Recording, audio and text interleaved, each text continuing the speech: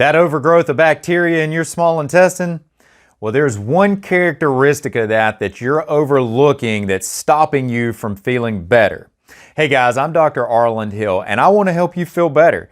And to help you do that, we need to look a little bit closer at this overgrowth of bacteria in your small intestine and what actually characterizes or defines that. Now, if you have been looking into this situation, into this presentation of SIBO, we'll call small intestinal bacterial overgrowth, SIBO from here forward, you're probably well versed in the fact that if you're dealing with SIBO, you're going to have gas, bloating, distension in your abdomen pretty soon after eating. Sometimes it's just painful. You can have changes in your weight if you've been dealing with this for a while. You can start to see your fat in your stool. You can begin to observe changes in your bowel motility. Sometimes it's too fast. It starts leaning into diarrhea. Sometimes it's too slow. It presents more of a constipation. Maybe it alternates back and forth, right? These are all the things that you are thinking about as being characteristic of SIBO. But the one that you're overlooking here is micronutrient deficiencies. And these aren't insignificant, they are significant micronutrient deficiencies.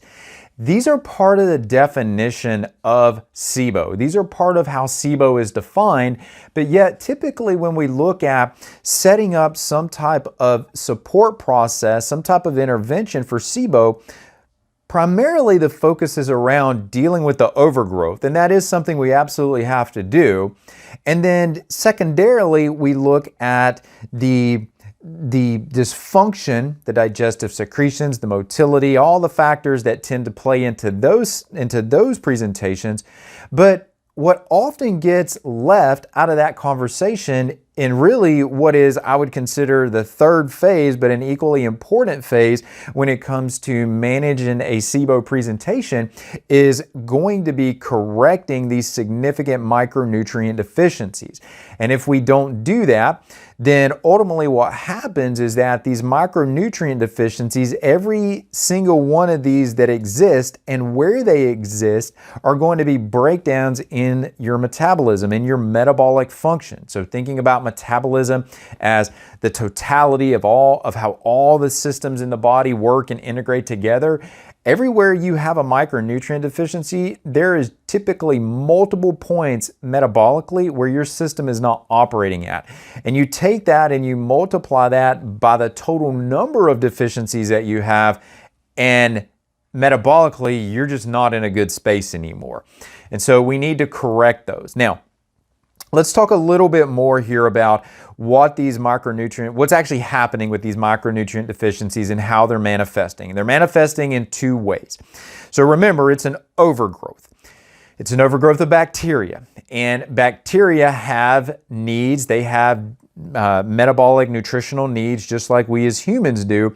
And so literally when they start to overgrow, the nutrient value that is coming in through the food, assuming that we're consuming a healthy diet, an optimal diet, that nutritional value is going to be less simply because those bacteria that are far more plentiful than what they should be are literally stealing resources from us. They are using those same resources from the food to support their own nutritional needs. So that's the first problem.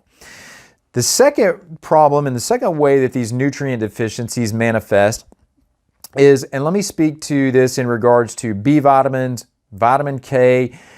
These nutrients are supposed to be produced by the microbiota in our gastrointestinal tract, and their production is less efficient when we see these overgrowth states. Now, granted, a lot of that production is going to be happening in the large intestine, so below the small intestine here, but there is a portion that is driven by the small intestine bacteria, and when that dysfunction is occurring in the small intestine, its effects are going to manifest also downstream, so we're not seeing as much output from the bacteria in the large intestine either.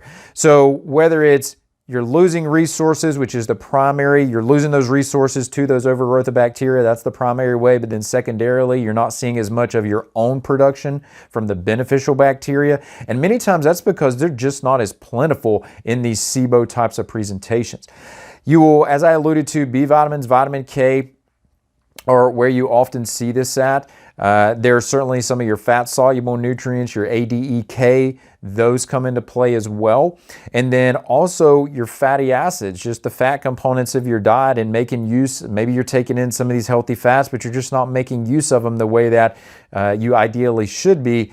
That can all be a byproduct of the SIBO presentation. So, what do you do with this information? Well, here's what you do with this information. Understand that when you're thinking about managing this overgrowth, when you're looking to deal with your symptoms, setting up that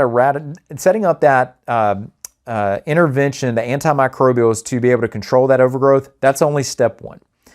Beyond step one, once you've done that, then you have to correct your digestive secretions and motility. So we need to make sure that, for example, when it comes to adequate amounts of acid in the stomach, adequate amounts of pancreatic enzymes in the small intestine, that's what's going to allow you to take those nutrients off of that food so you can adequately be able to use that. Same thing as it relates to bile and fat-soluble nutrients. So you need to be able to replace those digestive secretions. And then if things are moving too quickly through the gastrointestinal tract, then you're also not going to assimilate those nutrients either. So motility becomes a factor. So that's all phase 2, if you will. But phase 3 is understanding specifically what your nutrient deficiencies are. Maybe that's looked at with a blood test. That's ideally what I tend to recommend to patients is looking at a white blood cell proliferation to generate this information.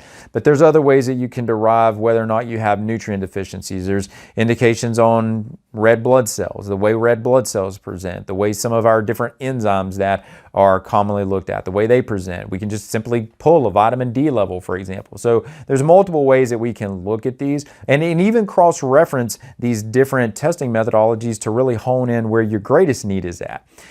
But what I want you to take away from this is that if you've gone through the process of dealing with SIBO, you've replaced those digestive secretions, and you're still not feeling better, then you really need to dig in and look at what your micronutrient status is, because remember, it is considered a characterization of SIBO that you're going to have significant micronutrient deficiencies. And if you're not replacing those, they're going to ultimately impact your health. So hopefully you find this information helpful. Hopefully you can put this information to use and determine what your own specific individual needs are and get those corrected in a timely manner where you can start feeling better tomorrow, right?